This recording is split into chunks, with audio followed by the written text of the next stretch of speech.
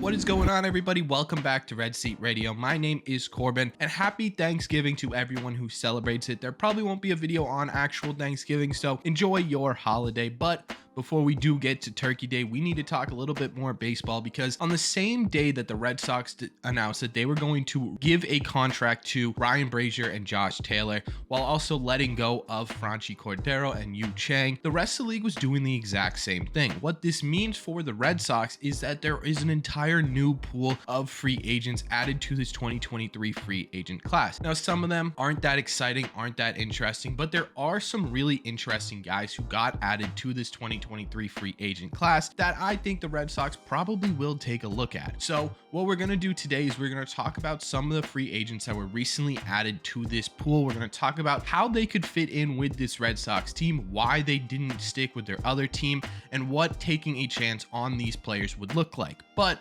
before we get into that, do me a favor, make sure you guys have hit that subscribe button if you haven't already. If you're new here, we talk Red Sox content almost every single day. Also, make sure you guys have hit the like button on this video as well. It helps these videos out a ton and would mean a lot to me. Thank you all very much for clicking on this one. Let's get into it.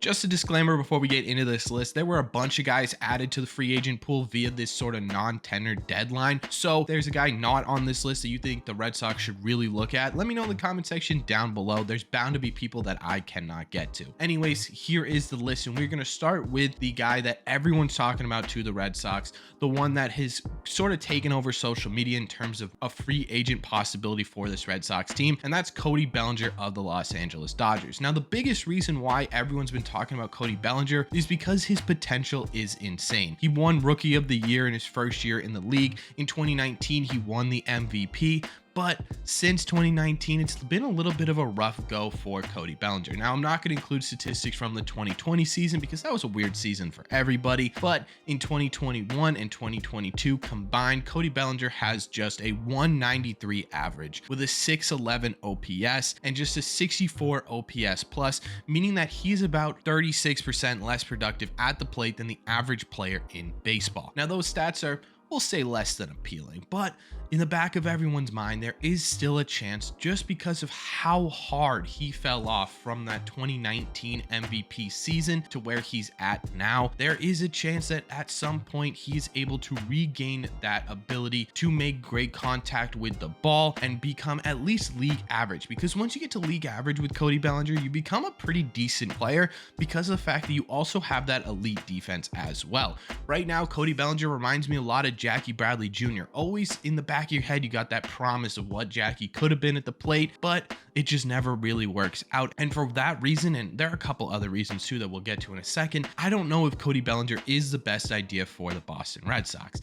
Yes, there is that potential to bring him in here and fix Cody Bellinger, but at the same time too, if the Dodgers can't fix Cody Bellinger, are the Red Sox going to be able to fix Cody Bellinger? I don't know. You would be getting him here relatively inexpensive, right? He was slated to make $17 million this year. He's not going to get that. It'll probably be around 10 million, maybe even less, depending on what the role on this team is that he wants to go to. So you're looking right around that $10 million range, not in a huge investment, but you could be spending that $10 million elsewhere on something that's more of a surefire thing. And three, Boston's not exactly the best market to start your sort of rebirth, right? Come in and do your redemption tour here in Boston. It doesn't really work out that way for a lot of players with how hostile the Boston fans and media are. It's just an extra added weight. So in my opinion, I don't know if Cody Bellinger is the best fit for the Red Sox team. Could they take a chance and see if they can rehab him? Say, hey, look, Cody, you're not going to be starting a lot. You're going to be working with the staff, working with the players. You're going to try to get your swing back. Sure. But in my opinion, if the Red Sox truly want to improve for 2023 in the outfield specifically, they should look at more surefire options, because there are more surefire options out there. Now, the second guy on this list is a really intriguing option. His name is Alex Reyes, who was previously on the St. Louis Cardinals. Now, Alex Reyes was injured in 2022 and had to get shoulder surgery, which prevented him from playing most of the year, but he had a pretty solid year in 2021. He had a 3.24 ERA, a 1.22 ERA plus with a little bit of a higher FIP at 4.40, but as we've seen sort of throughout this history on this channel, that relievers tend to have a higher FIP. I think it's because they pitch less innings, which kind of makes sense. So I would take the FIP with a little bit of a grain of salt. fault. But either way, those are pretty solid statistics. Not the best year in the world, but a really decent addition. Plus, on top of that too, aside from just his regular statistics, his peripherals are pretty wild as well. Take a look at his Baseball Savant page, which for those of you who do not know, Baseball Savant 1 is a great tool, but 2, on Baseball Savant, the more red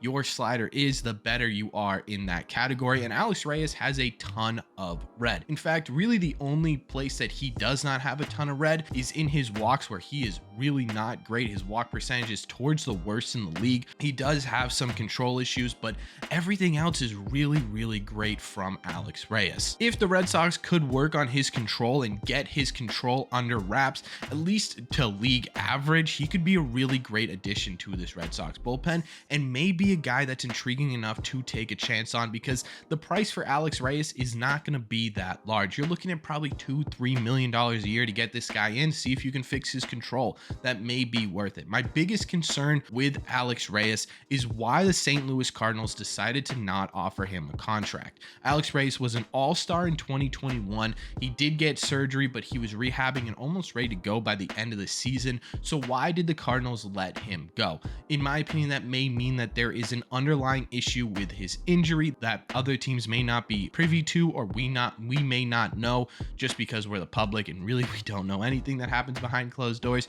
But either way, that makes me nervous. It means that the Cardinals are seeing something that they don't think Alex Reyes is going to be a productive member of this team going forward. So that is concerning. But again, if you can shore up the fact that Alex Reyes is healthy and ready to go, there is some really high upside with him. And in my opinion, this is the guy the Red Sox are going to look at the hardest. I think that this guy makes a ton of sense for the Red Sox bullpen, and I could see the Red Sox swooping in, picking him up, and seeing if they can sort of put the pieces back together.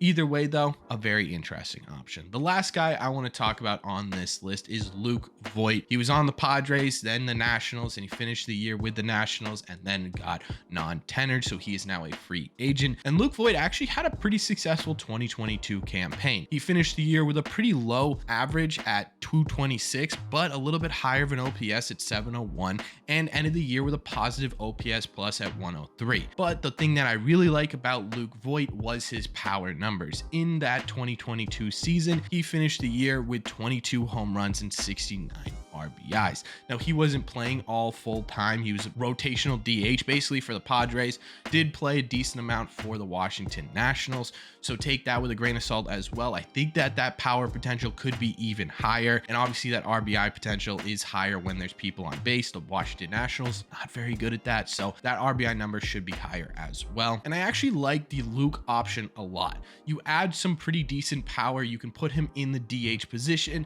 And if Tristan Casas, sort of not worst case scenario, but Tristan Casas is developing slower than you'd like against lefties, you can play Luke Voit, who is a righty, at first base and sort of platoon them until either Casas is ready to play against everybody and be that everyday first baseman that we know he can be, or you can kind of keep that platoon all year and see how it works out. I really like the addition of the power as well. You get at least 20 home runs a year, which the Red Sox have been missing. And yes, he's got a low average and that strikeout number is fairly high, but the Red Sox didn't have a huge problem with getting players on base last year. They had a huge problem with getting players across the plate, driving them in, and Luke Voit can do that. He has the power and the hit tool to be able to do that. So Luke Voit could be an interesting pickup for the Boston Red Sox. He also was at one point on the Yankees, and I gotta imagine he's not super pumped about the Yankees trading him to the Padres, who then traded him to the Nationals, and he finished the year with the Nationals. I'd be a little upset too, so maybe Luke Voit has a revenge tour against the Yankees in the Bronx too,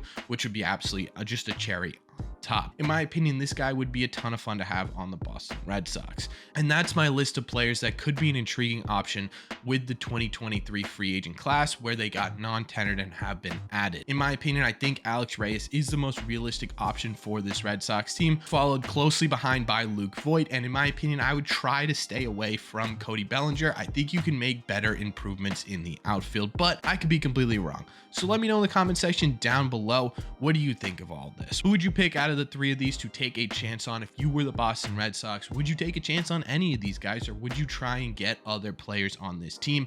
Let me know all your thoughts on the newly added free agents and what you think of them down below. As always, if you made it to the end of this video, do me a favor, make sure you guys have hit that subscribe button if you haven't already. Like I said at the beginning, if you're new here, we talk Red Sox content almost every single day. Also, make sure you guys have hit the like button on this video as well. It helps these videos out a ton, and it would mean a lot to me. Thank you all very much for clicking on this one. Happy Thanksgiving, enjoy the time, and I will see you in the red seat.